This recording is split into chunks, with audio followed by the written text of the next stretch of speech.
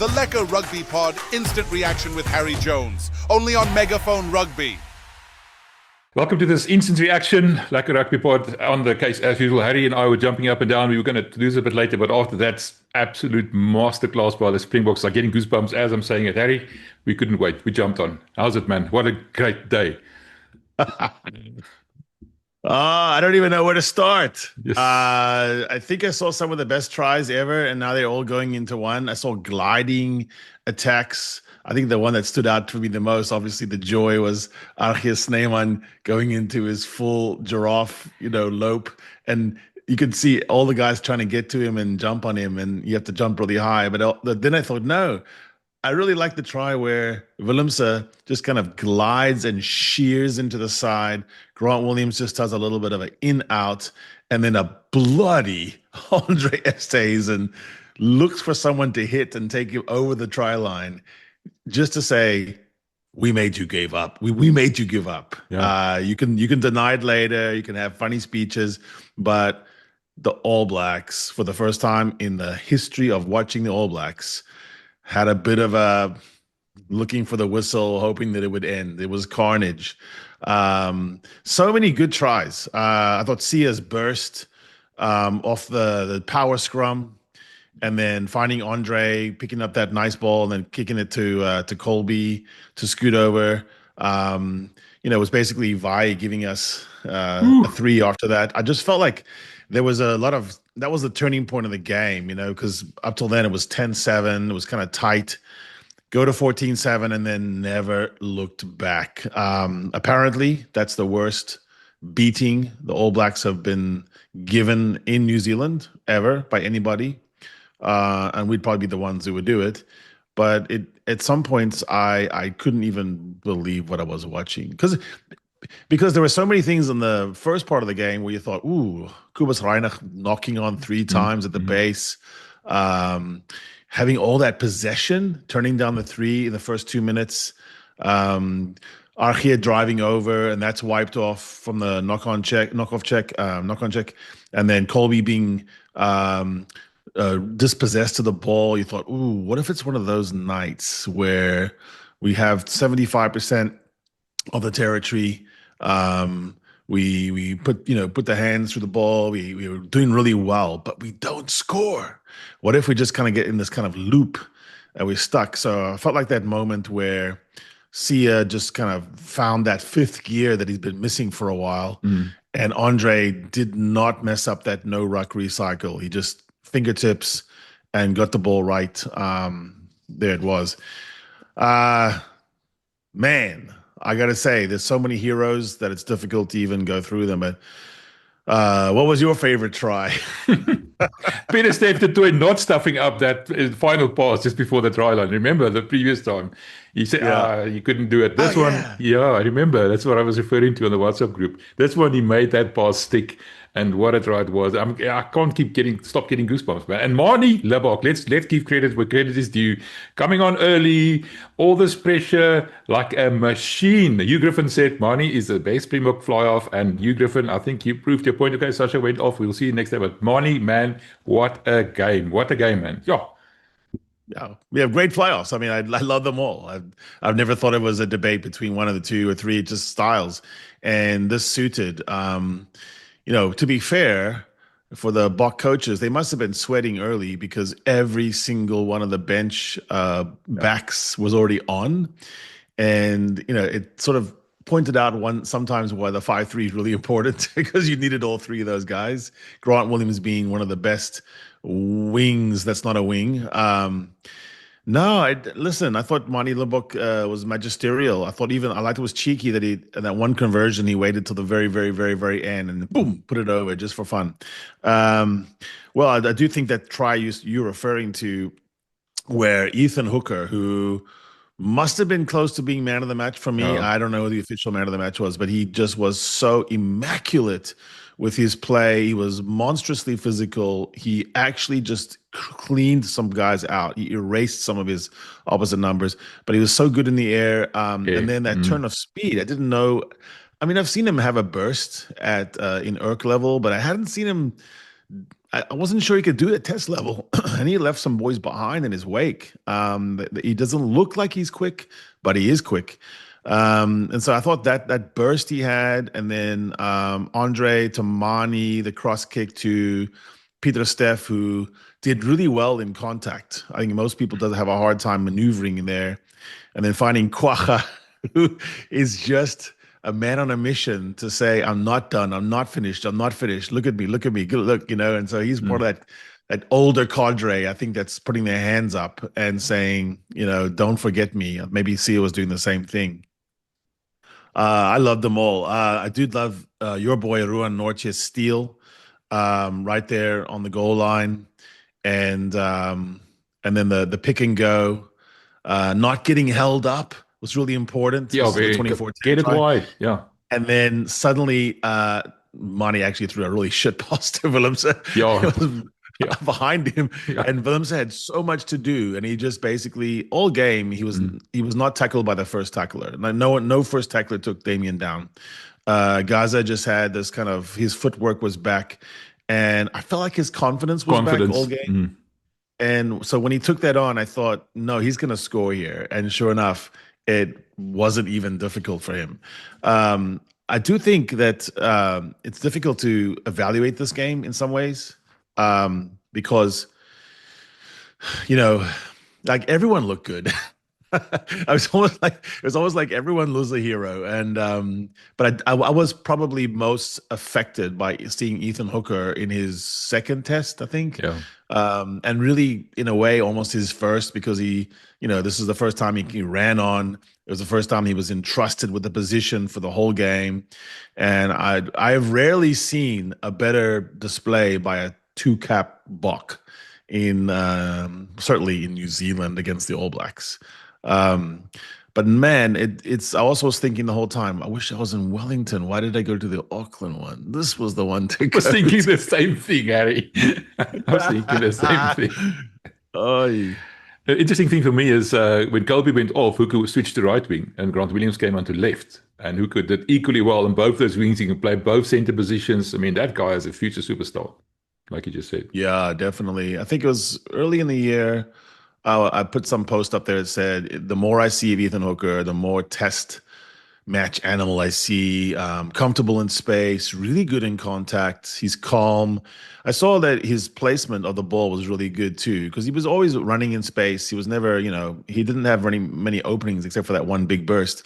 So most of the time he was having to evade Artie Savea, Duplessis, Karifi. I mean, really on-ball operators. And I thought he was really good at the burst, and he was really dynamic. He's all elbows and knees. He's a difficult character. So exemplary. The other guy that I really thought that stood up was the aforementioned Pieter-Steph du Toit, who had a most amazing game in Auckland when I actually looked back and watched what he did, because he had a hunting, radius of the Kalahari. But I think in this one, he really was more focused, and I think maybe the coach just shifted a few things because he got that kill zone back. He was the boss of the middle. It was not Wallace Satiti. It was not Artie Savea. Artie Savea, you're a great player, but on his day, when you're on and he's on, I still think Pieter-Steph du Toit's got you. He's just got more tools in his toolkit. He's so big, and he plays big, and he can throw people around. I thought his fend on Will Jordan was comical. Oh, another thing, Grant Williams going back to track back with, the game already won. Yeah. No need to get hurt. And he's just, I'm going to dig down deep. You will not score on me. And just takes the perfect part of the body that sweeps you out from under. Will Jordan tries to stretch, and he's 2 inches short. He was several inches short. Sorry, Harry. He was several inches short. I mean, and he knocked it on, and he even like basically his body language told the referee, you got me. So how many times have we seen Will Jordan in that same position always find a way to score? So this was a night where we found a way to get the 50-50s. Loose ball on the ground collected. It felt like passing lanes, when they were looking around and trying to find those little extra gives and tip passes and offloads, there was a green jersey in the way. and this is literally a Nienaber doctrine, is, on ground level, you must only see green everywhere, and it's very difficult. Even a Finn Russell has not been able to solve it. So I thought that was key to the victory. The other thing was the territory. We just played. The rugby was always in the All Blacks 50, which was incredible. For the All Blacks, I kind of felt sorry for them after a while, but not too sorry, because they have a new pantomime villain named Tupou Vai. Yes. And he is making us hate him. Yeah, that smirk, man. That's freaking smirk. Sorry. And he's a skellum. He's a skellum. And you pointed out that when Pieter-Steph came over and hammered him into tomorrow and the Judgment Day, all the Boks let out a shout, which was brilliant. I loved it. I was about to say, I think there are moments in the match where things swivel, and that, he started to irritate them. And then that no-shoulder charge on Cheslin that made him go off. And that really fired up the Springboks. And after that, they were mighty. They were unstoppable. I think it's one of those things you have to unite against the common enemy. Yeah, the All Blacks, but that guy, I need to get to that guy. You could see them going for that guy, couldn't you? That guy had to be got. That's what I said in our WhatsApp group. I use a stronger word in my WhatsApp group. and listen, there was that galvanizing effect, because I saw on the pick and go after Ruan Steele, there was a special peri-peri. There was some chili sauce on that. Everyone wanted it. It was just lining up to see who would. And in the end, Willemse got it. But the forwards were really wanting that, and they were just pounding them into mayonnaise. And that's when I saw the All Blacks shoulders go down. From 24-10 on, I never believed that they had anything left. They just didn't. And I've never seen a team do that to them. Even Ireland on that tour where they won, even our wins at Twickenham, the big one. I never saw that kind of body language before. So it begs the question, was Auckland kind of their, in a way, that was their big one, and they almost spent too much energy, and then we got, a little bit embarrassed and upset, and probably the practices this week were brutal, but it was definitely you lied. It was market plan time for Pieter-Steph, and I think he was very verbal. I saw him rallying the troops a lot and talking to guys, and red faced, tears in his eyes, want to move someone. It was that kind of night. So I don't want to forget him as we glory, talking up Willemse and Hooker and all the glory boys out back. That was the breakdown was brutal, and I think the forwards had sent a message to each other: we're not going to get bullied tonight. No, okay. Let's zoom out a little bit. Bigger scheme of things. Was this the proper announcement or arrival of Tony Ball? Is this now the way we're going to be playing going forward? Is this what we were always trying to do, and it only clicked tonight for the very first time? Well, Andre Pretorius does such a great job of explicating it, where I think of it differently now. So if the issue is all 15 players are dangerous on the field at all times, which is Andre's definition, and it's not so definitionally that it has to be wide, and in some cases it could be right up the gut, then yes, this is what it's supposed to look like, where you don't know where the threats are coming. Who do you defend? Sasha, Mani, Ethan, Moody, where? And then just when you think you have that figured out, then you have Argis Neyman just swinging like a big Viking longshoreman with a big oar going down the river, saying, "Come to Valhalla with me." And so I think it's all over the place. The fire that came out of Vessels, Marnus, Kwacha, it was palpable. And I think, so maybe if we think of it as 80 minutes of hell, maybe that's Tony Brown Ball. But I also saw at the end that the man with the most red face in the box, the coach's box, was Jerry Flannery. And I think in some ways, I'm right in that we've been reading this all wrong. There shouldn't be this much heat on Tony Ball. The attack's been fine. We're getting in the 22 a lot. We're scoring plenty of. Our drop off has been, we've been letting in tries that we never let in before since 2018 when we let those tries in. So Jerry Flannery must have had, I believe this about Rassie. He would have sat down with him one-on-one and just said, brother, it's not good enough. Okay, I'm just going to light a fire under you. You've got to do better. And so I think it was almost like relief, elation, ecstasy. I saw Jerry in there just punching the air and trying to hit somebody. He must have felt good at keeping the All Blacks to 10 points at home. What is that? One try. Yeah. I mean, job done, defense coach. Thank you. You earned your beers tonight. The funny thing is when the coach's box was going absolutely crazy there, Don looked completely bewildered. He was in the back going, yeah, where's the harbor? What's going on here? Yeah, it was so Where funny. do I put my boat? One question I wanted to ask you, and our friend Johan said, I'm smoking my socks here, but Wilco, Johan says the loose head was unstable. I'm not sure what that means, but Wilco seemed to take a step or two back for me in the latter parts of the scrums. Was it, what happened there? Can you maybe explain it to me? So he had, on the long bind, he had Ethan de Groot. He had him smoked. They brought on Damian Willemse, and Tamaiti Sos had been embarrassed the week before. So I would imagine also Tamaiti, who's a very good scrummager and a massive man, he's a guy I've actually stood next to, and you go, how could you be that big, And I never feel small. I feel like a tiny child next to you. He applied his weight better. He had a better shift. He got lucky on that call. It was a wrong call, one of them. He actually went to ground early. Yeah, the penalty one, yeah. Yeah, so that was wrong. But it's still, I know what you mean, that it was, the All Black scrum was better when Tamaiti came on instead of Ethan de Groot. To me, it looks like Ethan de Groot's got a little bit of a knee, got something there, because I felt like he buckled a few times in the game. So it maybe just hung on too long, and Tamaiti should have come on earlier. Now, look, these are ding-dong battles. The scrum battle can go one way or the other on the day. The All Blacks have, I've always thought, the second best scrum, so there's nothing between them really, right?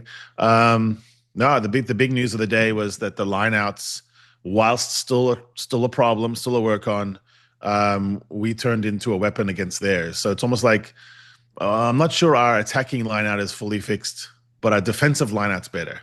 And we killed one of their mauls on inception. Obviously, Satiti was called for the formation issue, but we pressured them. So they didn't run a drive for maul all game. And every line out was iffy. It was, it wasn't like we had the weak line out. It was both line outs were fair game. Really good steal of Pieter-Steph, who was just everywhere, like I said. In the end, it was actually the actual man-to-man, the man-to-man combat went our way. Each man outplayed his opposite number without exception. I can't think of anyone who was outplayed by the All Black opposite number. So I thought even Kubas Reinach, who had a rough start, he also was so instrumental in the way the machine moves. And the Kiwi commentators were talking about he doesn't look 35. And I thought, you're right. Yeah, that's true. He's part of that cadre that's also saying, not one man's 35 is not the same another man's 35, so don't count me out. Okay, last observation. We talked about Rassie's obsession with players being hybrids, being utility players, being able to play anywhere else. And now we saw it more necessary than today with all those injuries. We were constantly shifting because we had to bring the new players on. One stage I said, I think we're going to be left with 9 players on the field at the end of this game because we don't have anybody left. And they all moved around and they all adapted and they were all comfortable going there. What do you think of that? Yeah, so there's probably 3 reasons to have hybrid players. One is the style, shape of game. So that way, no matter how the game turns out, you find you've got enough mix. Number 2 is an injury situation like we had tonight, where I was saying on the WhatsApp group, maybe we're going to have 7s soon. As a 7s game will break out. The third reason is that it makes you unpredictable in the planning. It might even make your opponent, if we name early, it might make an opponent overreact or make a selection error. And to some extent, I think that kind of happened here. Definitely Razor outcoached Rossi and co in test one. We owned them on this one. I mean, it was every single way that Razor could have been outthought, outcoached, outmanaged, out everything he was. And I think there was some selection errors there. It's fine to say, oh, you got Ethan Hooker, so I'll put on Leroy Carter. Leroy Carter is a guy that still needs to work a lot on his game because right now he just runs pell-mell to leather and runs into blind alleys. Seventh player. Yeah, and it's making everyone else guess. You kind of felt sorry for the bigs on the All Blacks. Like, where's he going next? I also thought that the kicking was so good in the first half, and then why do they go away from it? They always look dangerous on those cross kicks. They always do, and I don't know how they can justify the way they're playing on high ball. It just doesn't work. There's just too many times that Kanan, Ethan, I mean, it just seemed like there were people just picking pockets and getting to the right place. How is that possible? I think everyone in New Zealand was talking about high ball for a month, and it's still not fixed. Kind of like how we feel about our line out, but tonight, line out didn't matter. Listen, Harry, after that magnificent test match in Australia this morning, let's talk about that for 1 second. All I want to say is, I think you better book a plane ticket because that test is going to be a thriller. Who would have thought, Springboks versus Argentina, something to really look forward to. Really fun to watch, hey? It was interesting because those two teams are really style-wise the same, and interesting on the stats that it seemed like that. 136 carries, 130 carries. You don't know which one's which. It's fine. Passes, the ball, 50% each, turnovers, 18-16. It's like the carbon copy. They're very good counterattackers. They're very good runbacks. What Argentina did, which is what we did as well, is 59% of field, of territory. Really important if you're going to be a counterattacking, exploitative, opportunistic team. You better be playing in the right areas because you get pinged a lot. And there you go. It was Carreras going bong, bong, bong, getting him over. Beautiful strikes on the ball. I don't know how many he had, 7 penalties over. So that was the winning of the game. Australia returned to some of their bad habits, 14 penalties. They've been, like at Ellis Park, they had 4. A card, so that's a problem. And also Argentina kicked 28 times and Australia kicked 22 times. That was naive. It is a weird thing, though, that every time Australia's 14 points down, they get Sovus. They always lose the first half and make a fantastic comeback in the second. And our friend Hugh noted to me, maybe Joe's not that great a coach because they follow his plan, they get behind, and then they get behind and they go, forget the coach's plan, just play crazy. And they come back. I thought, so on turnovers, Joseph Akusu Suali, good example of a guy that everyone loves and they adulate on the attack. He's terrible at giving up penalties and turnovers, and he gets lost 3 times turning over really important possessions. And then on same thing on line breaks. I thought that Australia just has guys who break the line. So lethal. 11 times they just ran through the Pumas' defense, and near the end it looked like if they kept playing for about 5 more minutes, it would have been serious trouble for Argentina.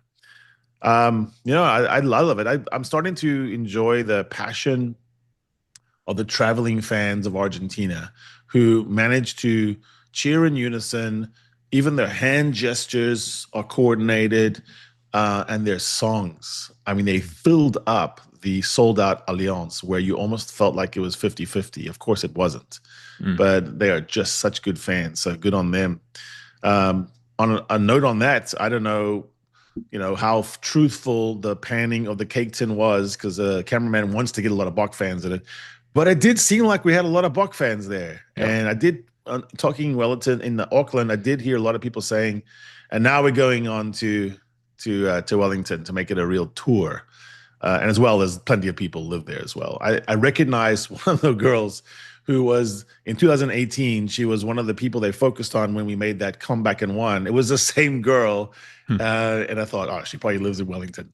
So pretty lucky girl she is to watch 2018 and 2025 wins in the same place.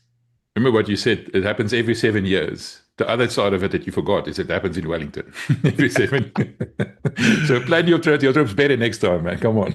So there we go. Imagine how nervous New Zealanders are anytime they see that a test against the Boks is planned in Wellington. They're never going to play there again. They're never going to let us play there again. Everything's going to be an only Eden Park. play in Eden Park. Yeah. That's it. Right, Harry, let me get cracking on this. Awesome, man. It was such a great match. One of the best I've ever seen in my life. I never enjoyed a test this much. I must be honest. Fantastic. Thank you. Cheers, man.